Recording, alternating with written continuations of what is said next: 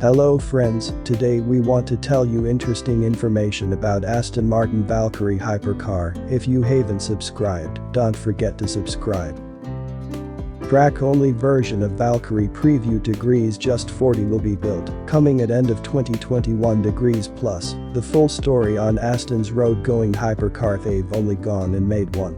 After years of development, thousands of teasers and countless deep dives, Aston Martin has completed the first Valkyrie supercar for a customer. It's the first of 150 examples and took 2,000 man-hours to create. It is an immensely proud moment for us to complete our first ever hypercar, said Tobias Mowers, Aston Martin's new CEO. The Aston Martin Valkyrie program has tested everyone who has worked on it to the limit, but the commitment to the dream has produced a truly incredible car, an F1 car for the road. Aston Martin's new Valkyrie hypercar is being developed with Red Bull Racing and Cosworth, both companies with a fine F1 pedigree.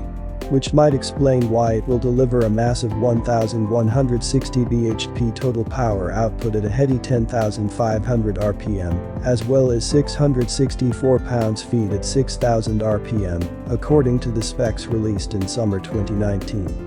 The company has released the full performance specs of the V12 and the Rimac-sourced hybrid system. The electric assistance makes up 160 bhp and 207 pounds-feet, enough to power a decently fast warm hatchback in its own right. The epic project is in its final planning and production stages.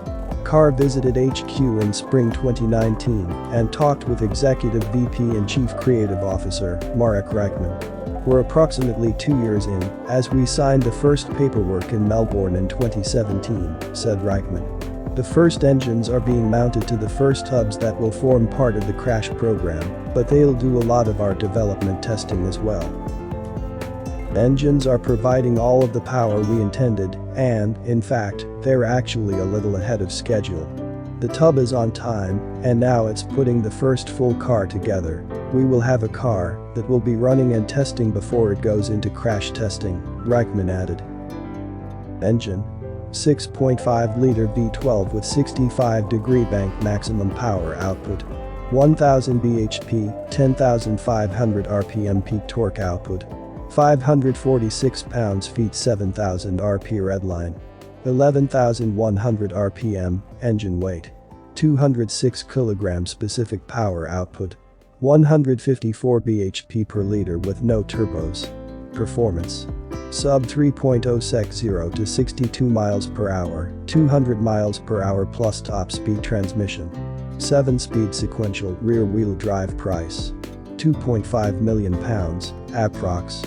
Without options. Weight: 1050 to 1,100 kilograms, est, on sale. 2021, all sold.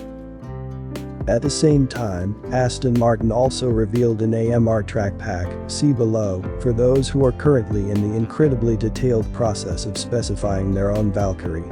Aston claims that the track pack can deliver around 8% quicker lap times for those looking to muster every last millisecond out of their track time, depending on track conditions. What's in the track pack?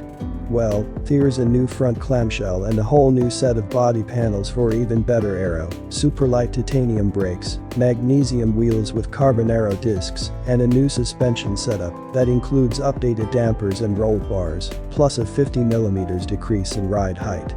The whole pack takes Aston Martin 2 days to swap the panels around. Adrian is so dedicated to his ideas. But by the same measure, I didn't want this car to look like an LMP1 car that was a slave to aero. It had to have an Aston Martin aesthetic. But we have achieved function and beauty together. And that's what's so important about this car. Reichman wanted a different language from Ferrari and McLaren. The cooling comes from below and above, not from big side radiators. That gives a very different aesthetic. He describes the new look as agile, lithe, elemental, and with a unique Aston Martin form language and a real bloodline from the Valkyrie. It'll be a lighter and more efficient supercar. The gearbox is a newly designed single-clutch sequential box, engineered and built by Ricardo. It has 7 ratios and shifts are by F1-style paddles. The transmission drives the rear wheels and is very compact to allow plenty of room for the big underbody venturi tunnels, crucial for good aero. Designed in many ways, the Valkyrie is more advanced than a Formula One car. It has active aerodynamics and active suspension including variable ride height, both prescribed by F1 rules. These are all the things Adrian would love to do on an F1 car but can't, says King. Do we find a private investor to partner with or do we approach a car company? In the end both Christian and I thought it best to partner a car maker. They know all about things like distribution, sales, servicing, emissions regulations and door seals, all the areas in which we have no experience. Adrian Newey's ultimate road car. Newey had long wanted to design a road car. I've been wanting to do something like this for years, Newey tells us. Sometimes when I had a few idle moments I would doodle some ideas and throw them in a box where they have slowly gathered dust over the years. In 2015 I thought it was time to do something with them, so I agreed with Christian Horner, Red Bull Racing Team principal, that I would start work part-time on such a project. We assembled a very small team, a chief designer, an aerodynamicist and a surface designer to start work on it from a mechanical package and aero shape point of view. We worked through the autumn of 2015 and then started discussions into what we do next. You haven't got the turbos and the charge coolers to clutter up the back end of the car. It's a naturally very well-balanced engine, and that means it can become a fully stressed member without putting excessive vibration into the chassis structure. I was concerned that if we mounted a V6 or V8, the vibration would be excessive and make it unpleasant from both a comfort and noise point of view in the cabin. When it comes to the acoustics, which is important, a V12 with a 12-into-1 exhaust system which this car has is a much more exciting sound than a turbocharged V6 or V8 will ever make. To get that much power, the naturally aspirated engine needs to rev very high, added Aston Martin engineering chief David King. The all-new engine is a bespoke naturally aspirated 6.5-liter V12 from Cosworth. The engine had to be bespoke, F1 engine ace Adrian Newey said.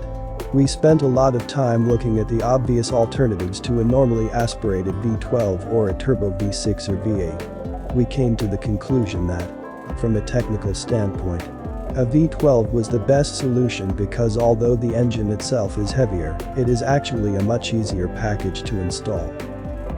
The 6.5-liter V12 from Cosworth designed with plenty of F1 experience and materials. The vital stats of the 6.5-liter V12 read more like something you'll find on a pit lane walk at the British Grand Prix. The engine might have no turbos, but there is a battery electric boost system that will be divulged in due course. We already know the V12 is a fully stressed element of the chassis and Aston's brief bears a wonderful simplicity to create the ultimate expression of the internal combustion engine. Hearing the video above, it's amen to that, we'd say. Electronically aided transmission. Only a small proportion of the power comes from the electric motor, sited within the powertrain. Anymore, and the lithium-ion battery pack would be too heavy, King continues. The electric motor will help with pull away from a standing start, so the clutch doesn't get stressed, and will help smooth out gear shifts. It will also offer reverse gear. Aerodynamics. Kneel down low to look through the nose, and it's like peering at an F1 car close up. High nose, big front wing hovering above the tarmac, and wide aero tunnels channeling air through the car's smooth underside. From the rear, two vast underbody venturi tunnels incorporate a rear diffuser with mechanicals suspended from a smooth-surfaced pot in the middle. It's an F1 car with a slither of a sports car body. It's low, small and very sleek. The canopy is small and narrow, and so is the cockpit. The doors are gull-wing, and their opening apertures are small. Although vaulting the high carbon sill does take some athleticism, it's easy to get comfortable on the exiguous seat. All owners, naturally, get bespoke fittings. There is a choice of left or right-hand drive. A spiritual successor to the McLaren F1, there are numerous parallels with the McLaren F1, the best supercar we have driven, and the single biggest advance in high-speed sports cars to date. Murray was dismissive of contemporary supercars, and Newey today is similarly uncomplimentary. He describes the current state-of-the-art hypercars, the McLaren P1, LaFerrari and Porsche 918 Spider, as big, clumsy and heavy. And it's not just supercars. It's the way the car industry has gone, from old Mini to new Mini, from old Ford GT40 to the newer Ford GT. I wanted to avoid this and keep the car compact. I wanted, in effect, a two-seat Formula One car in its underlying architecture. As with Murray and his McLaren, he told us he also wanted a car of two characters. It will have a new level of performance on road or track compared with any other road car. At the same time, it's comfortable if you're stuck in traffic or cruising the motorway. Niwi says they were hoping for 1,000 kilograms, but won't quite achieve it. So was Murray with the F1. He told us it was the only metric he failed to deliver. Naturally, the car has a carbon fiber monocoque bodywork and suspension, made using Formula One standard materials and construction. Aston Martin was clearly the favorite, only half an hour or so drive away, and clearly a very appropriate company.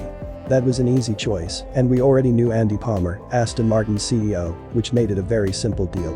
Red Bull and Aston Martin got talking, as did Niwi and Aston design boss Marek Reichman. The upshot is the Valkyrie, which will be the fastest and most advanced supercar or hypercar in history. The high-speed tech is mostly Red Bull's and Niwi's, the top hat design is by Aston Martin. The difficult jobs of developing, manufacturing, styling and servicing the car were Aston's responsibility. It would wear an Aston Martin badge after. You sit very near the car's center line and very close to your passenger, but there is decent fore-aft room, though. Reichman is 6 feet 3 inches tall and fits in just fine.